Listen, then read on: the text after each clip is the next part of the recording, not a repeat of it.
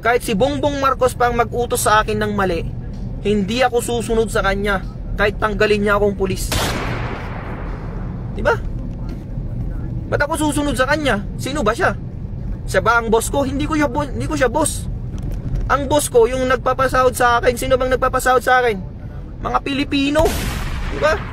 Mga Pilipino ang nagpapasahod sa akin. Ba't ako susunod sa presidente? Ano ba siya?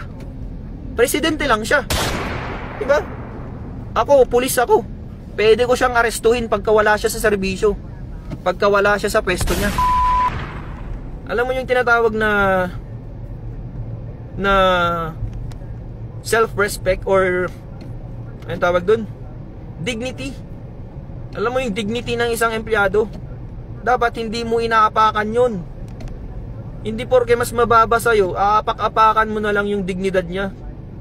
Hindi po pwede yan. Kahit ikaw pa yung presidente ng Pilipinas, kahit ikaw pa yung pinakamayamang tao sa buong mundo, hindi mo pwedeng apak-apakan yung dignidad ko bilang tao. Tandaan mo yan.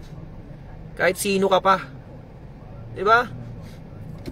Kahit sino ka pang tao kang yan, kung inapak-apakan mo yung dignidad ko, magkamatayan na tayo, diba? Ikaw kayo yung ganyan-ganyanin ko, ikaw kayo yung kupal-kupalin ko kung anong mararamdaman mo, diba? Try mo din kayang maging biktima ng kakupalan. Tingnan natin, baka iyak ka na lang dyan sa gilid. Di mo kasi alam. Di nyo kasi alam kasi nasa mataas kayong posisyon. Di nyo alam yung nararamdaman ng isang mababang tao lang, na kapag kinupal-kupal mo, walang magagawa kundi tatahimik lang. Diba? Kasi alam niya sa sarili niya na walang laban sa'yo. Kasi mataas ka eh. Pero wag mo akong ginaganyan. Kahit gaano ka pa kataas, wala akong pakialam sa ranggo mo. Diba? Wala akong pakialam sa ranggo mo. Kahit ano ka pa, kahit general ka pa, kahit ikaw pa ang hepe ng PNP, kahit ikaw pa yung pinakamataas sa buong mundo. Sabi ko na nga ba, kapag kinupal-kupal mo ako at ay napakan mo yung dignidad ko, magkamatayan na tayo. Diba? Yun yung prinsipyo na pinaglalaban ko, mga kasama. Yan yung tinatawag na prinsipyo. Hindi yan mabibili ng pera kahit anong magkano mang pera yan. Tandaan nyo lagi na yung prinsipyo lang yung kaya mong ipaglaban sa buong buhay mo. Kahit wala ka ng pera, kahit wala ka ng kung ano-ano man yan, kahit anong meron ka na winala ng mga tao, prinsipyo lang yung matitira sa'yo. Tandaan nyo yan. Dignidad lang matitira sa'yo. At wag na wag mong ibebenta yan kasi yan lang yung natitira sa'yo. Diba? Nagigets nyo ba ako?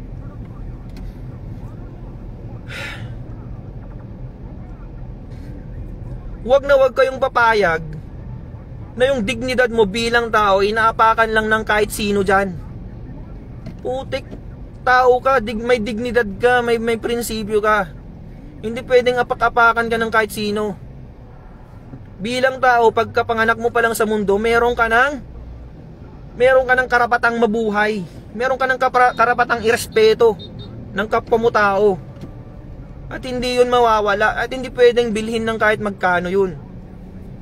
At hindi pwedeng mapapalitan ng kahit magkano yun, mga kasama.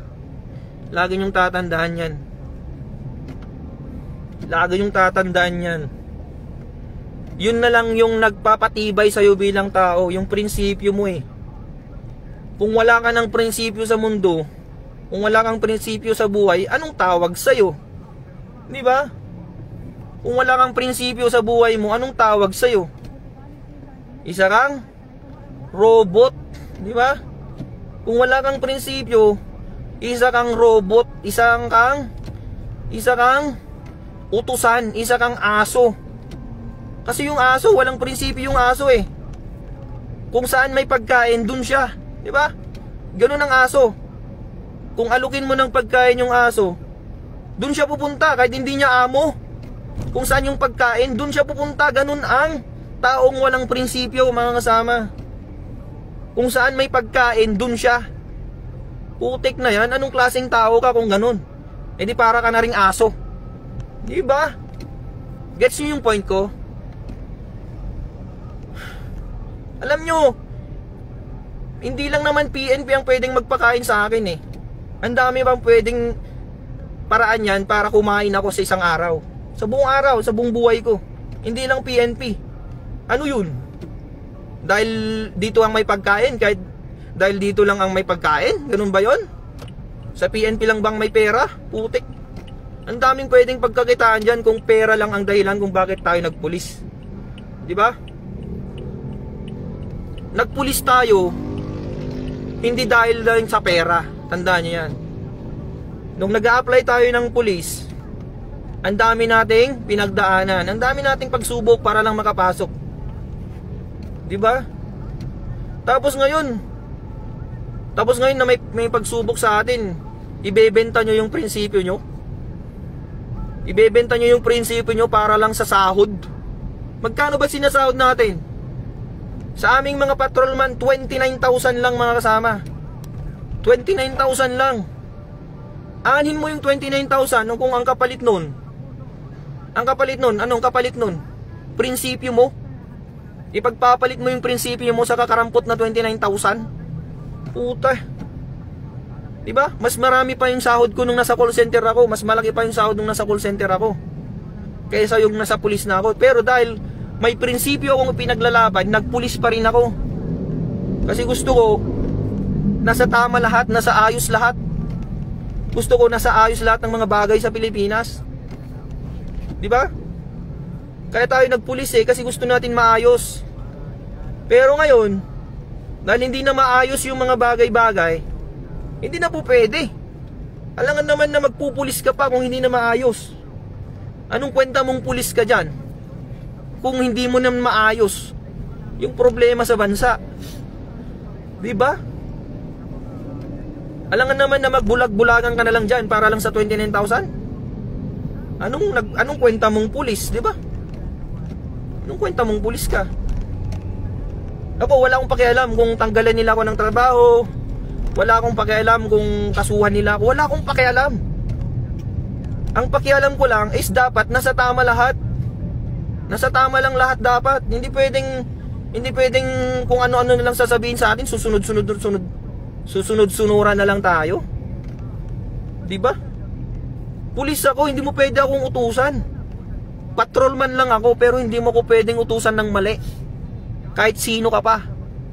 Kahit ikaw pang presidente, sabihin ko na nga sa'yo, kahit si Bongbong Marcos pang mag-utos sa akin ng mali, hindi ako susunod sa kanya kahit tanggalin niya akong pulis. Diba? Ba't ako susunod sa kanya? Sino ba siya? Siya ba ang boss ko? Hindi ko siya boss. Ang boss ko yung nagpapasahod sa akin. Sino bang nagpapasahod sa akin? Mga Pilipino. Diba? Mga Pilipino ang nagpapasahod sa akin. Ba't ako susunod sa presidente? Ano ba siya? Presidente lang siya. Diba? Ako, pulis ako. Pwede ko siyang arestuhin pagka wala siya sa serbisyo. Pagka wala siya sa pwesto niya. Diba? Kung walang pulis sa Pilipinas, sino na lang mag-aaresto sa mga tiwaling opisyal na yan? Kaya tayo nagpulis para hindi tayo maging kakampi ng mga tiwaling opisyal. Tayo dapat nasa gitna lang tayo mga kasama. Nasa gitna lang tayo. Hindi pwedeng dahil presidente natin siya na yung susunundan natin. Hindi pwedeng dahil presidente natin siya na yung susundin natin sa lahat ng bagay. Hindi po pwede yun. Partisan ang tawag doon. Hindi porke presidente ka, susundin kita. Ano ka? Sino ka ba para sundin ko? Tama ka ba? Ang tanong, nasa tama ka ba para sundin kita? Diba? Sabi ko nga ulit sa inyo, kahit presidente ka pa ng Pilipinas, kung mali yung utos mo sa akin, hindi kita susundin. Sino ka ba para sundin ko? Diba? O, may tama daw ako May tama daw ako. May tama ka, sir. Kahit pa papanood to ni Bongbong Marcos, si Sir Bongbong Marcos, Sir President, pakinggan mo tong sasabihin ko, sir. Isa akong pulis ng Pilipinas, pero hindi ako sang-ayon sa ginagawa mo, sir. Diba? Hindi ako sang-ayon sa'yo. Kahit ano pang sabihin mo, sir, hindi ako susunod sa'yo. Kasi hindi mo naman ako pulis Bakit pulis mo ba ako? Pinapasahuran mo ba ako, sir? Hindi. Ang totoong may-ari sa profesyon ko, ang totoong nagpapasahod sa akin ay mga Pilipino, hindi ikaw. Presidente ka lang ng Pilipinas, pati nga ikaw, pinapasahuran namin eh. Sumasahod ka dahil sa pera ng Pilipino. Kaya isa ka rin, katulad ka rin namin nasa serbisyo publiko. Pare-pareho tayo, sir. Hindi ka commander-in-chief lang dyan. Ikaw ay isang public servant. Di ba? Public servant ka. Dapat magtrabaho ka rin. Hindi ka boss. Tandaan mo yan, sir, ha? Tandaan mo, sir, President Bongbong Marcos. Tandaan mo to. Isa kang public servant. Pumunta ka dyan sa pwesto mo para magserbisyo, hindi para maging boss namin. Dapat nga ikaw nagtatraffic dyan eh. Dapat nga ikaw yung nasa gitna ng kalsada nagtatraffic dyan eh. Kasi nasa public service tayo. Hindi pwede yung presidente ka, dyan ka, nagiging boss ka dyan. Ano ka? Diba? Dapat leader ang tawag sa'yo. Hindi ka dapat nagiging boss dyan. Sino pa yung mga opisyal ng PNP dyan? Dapat kayo ngayon nasa gitna ng kalsada, dapat kayo yung leader. Hindi kayo boss dyan na parang hari kayo dyan na nakaupo sa napakagandang upuan para mag-utos-utos lang. Dapat leader kayo eh. Dapat kayong nangunguna sa serbisyo.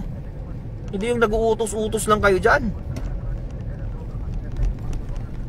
Paano susunod yung mga tao sa inyo? Kayo mismo hindi nyo alam yung trabaho. Diba? Oh, hamunin ko kayong lahat dyan. Sa mga general dyan na nakaupo sa napakagandang upuan, sige, hamunin ko kayo. Alam nyo ba mag-serve ng traffic? Alam nyo ba?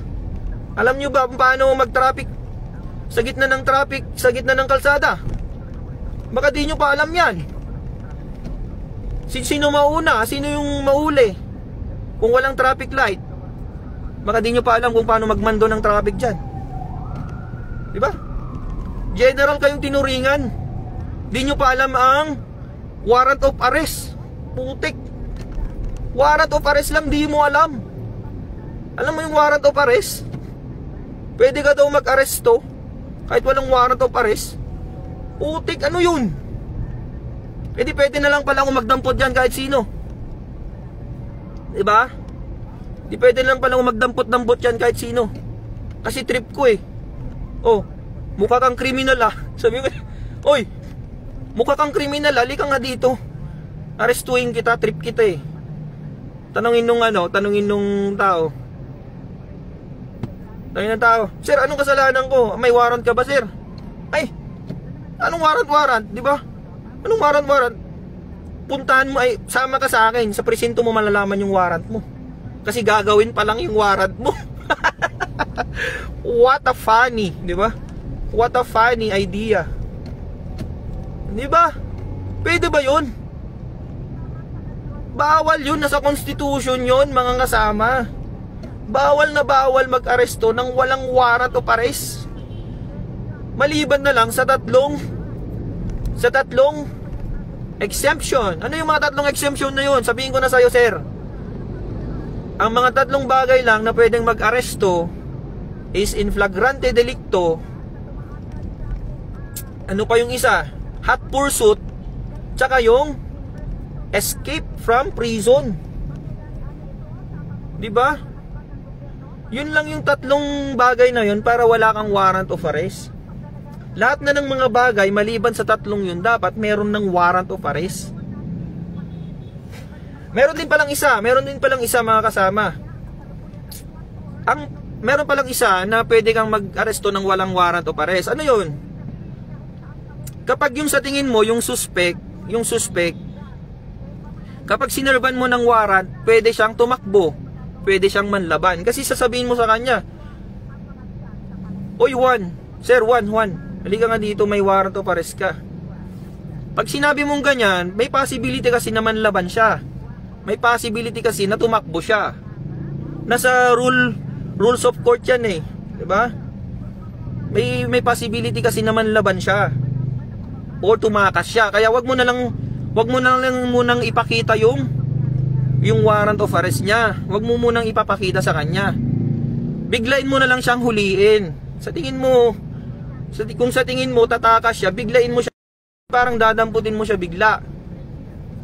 Pupusasan mo na siya agad. Kasi nga, kapag sinabi mong may warrant siya, may kaso siya, baka tumakbo siya. edi hindi mo na siya mahuli. So, pwede yon, pwede yung sabihin mo, damputin mo na siya agad. Pero, dapat, pagkadampot mo sa kanya, agad-agad, sabihin mo rin sa kanya at ipakita mo sa kanya yung warrant of arrest niya. At sabihin mo agad sa kanya yung mga rights niya, mga right to cancel, right to counsel, right to remain silent. Di ba? Di ba? Yun lang yun, yun yung apat na circumstansya para maging warrantless arrest. Pero, kung meron namang preliminary investigation yung kaso, kung meron namang preliminary investigation, kailangan ipakita mo yung warrant of arrest. Parang yung nangyari kay Rodrigo Duterte. May nangyaring preliminary investigation, mga kasama. May nangyaring investigasyon. Tapos, sasabihin nila, arestuhin kita kahit walang warrant of arrest. Pwede ba yun? Hindi po pwede yun, mga kasama. Kailangan ipakita mo muna yung warrant of arrest bago mo siya arestuhin. Bakit? Si Duterte ba tatakas ba yun kapag sinabihan mong may warrant of arrest siya? Di naman tatakas yun tsaka hindi naman manlalaban yun Prosecutor kaya yun, alam niya yung batas yun. Pero anong ginawa nyo sa kanya? Anong ginawa nyo sa kanya? Wala, mali yung ginawa nyo sa kanya. Inaresto nyo siya nang walang warrant of arrest at hindi nyo sinunod yung batas ng ICC. Ang sabi sa ICC, pagkatapos nyo maaresto yung isang tao, dapat dalhin nyo siya sa competent judicial authority, mga kasama. Competent judicial authority. Pero anong sabi ng administrasyon? Anong sabi ng administrasyon regarding that? Ang sabi nila, competent authority daw yung competent judicial authority daw yung DOJ na nandun. Putik na yan. Anong klaseng pag-iisip yan, mga kasama? Paano naging competent judicial authority yung DOJ? Ang DOJ, mga kasama, is considered as quasi-judicial. Quasi-judicial lang siya. Hindi siya fully competent judicial authority. Bakit? Korte ba ang DOJ? Korte ba ang DOJ? Siyempre hindi. Department of Justice is not a court. Ang sinasabi ng ICC, pagkatapos nyo mahuli si Duterte, dapat dalhin nyo sa competent judicial authority. Ano yung competent judicial authority na yan? In short, ang tawag dyan ay korte. Kahit anong korte sa Pilipinas, pwede. Kahit nga sa pinakamababang korte na lang sana Pero anong ginawa? Dinala saan? Villamor Air Base, mga kasama. Bakit? Korte ba yun? Siyempre hindi korte yun. Walang judge dun Sino magsasabi na tama o mali yung pagka-aresto niya kung walang judge? Siyempre kailangan mo ng judge para magsabi sa'yo ng ganito, ganyan. Ang sabi ng administrasyon, meron daw DOJ personnel na kasama dun. Siya na daw yung judicial authority. Putik, sabi ko na nga ba Bangag talaga tong mga to no? Walang alam sa batas. Kawawa naman ang Pilipinas kung ganyan. Ako, patrolman lang ako, mga kasama. Hindi ako abogado, pero may alam ako sa batas.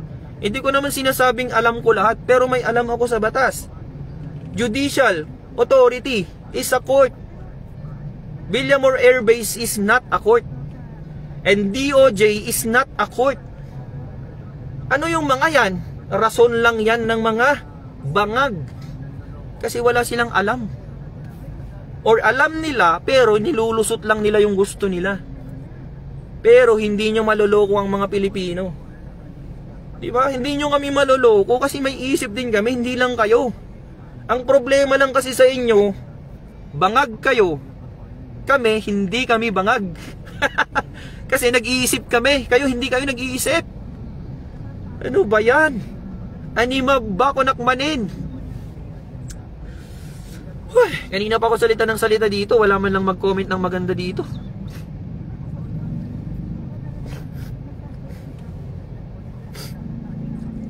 Ang pinaglalaban lang natin dito, mga kasama, hindi tayo partisan na, hindi tayo maka Duterte, hindi tayo maka Marcos. Sasabihin ko sa inyo ha, clarification lang. Hindi ako maka Marcos, hindi rin ako maka Duterte. Ang akin lang, ang sinasabi ko lang is mali yung pagka-aresto kay Duterte. 'Di ba? Maling-mali yung pagka-aresto sa kanya. Anong sabi sa batas kapag mali yung pagka-aresto sa kanya?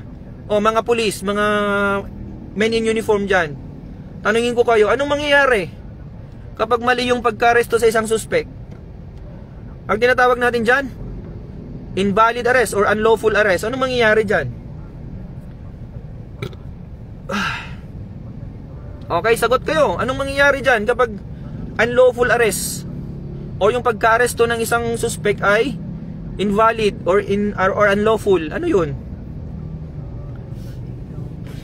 Ang mangyayari dyan mga kasama, kapag unlawful arrest or invalid arrest, it's considered as ano?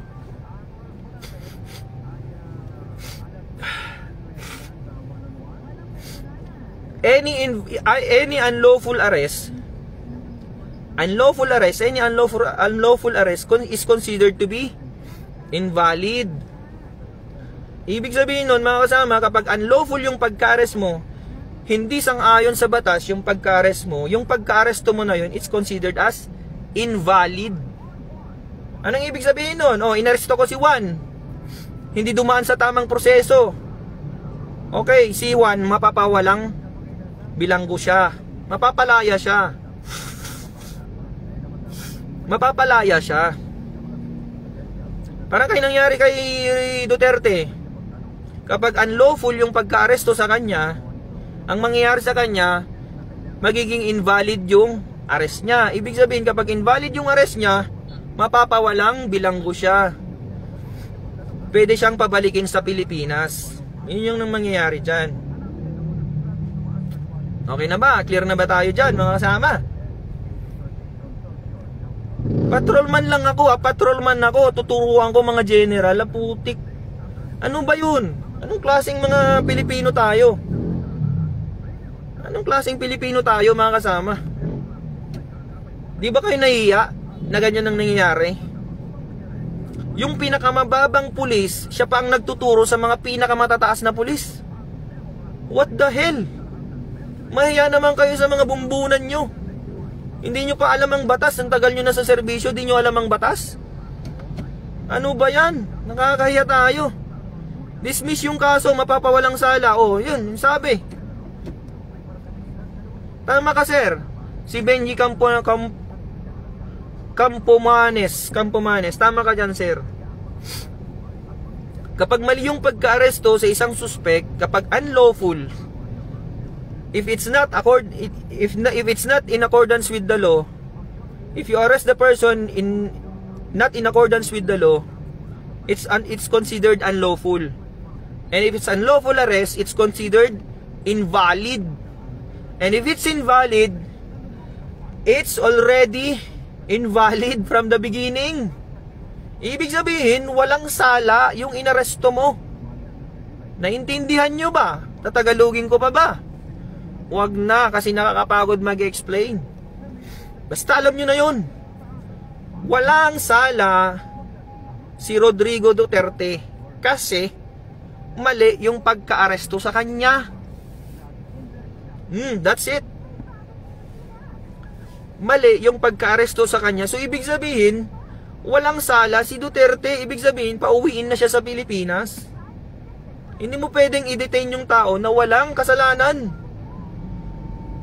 na walang kaso. Wala nga siyang kaso eh. Ba't nyo i-detain dyan sa ICC? Yun lang ang point ko mga kasama. Kaya ako galit na galit. Kasi mali yung sistema natin. Mali pa yung mga mindset ng mga opisyal natin. Ang daming mali sa Pilipinas. Ang daming mali. Pulis ako pero Pulis ako. Pero bakit? Ano ranggo ko? Ano ba yung ranggo ko? Patrolman PO1. Pinakamababang ranggo sa PNP mga kasama. Pero ako pa yung nagle-lecture, ako pa yung nagsasabi sa mga general kung anong dapat at hindi dapat. Mahiya naman kayo mga sir. Nakakaya kayo. O patawag nyo ako ngayon sa krame. Amunin ko kayo mga sir ha, mga general. Chief PNP, this is for you sir. Sabihin ko na sa iyo, ang sinabi mong statement na kaya, ang sabi mo sir, kaya ano sabi no? Hindi lahat or ano sabi niya?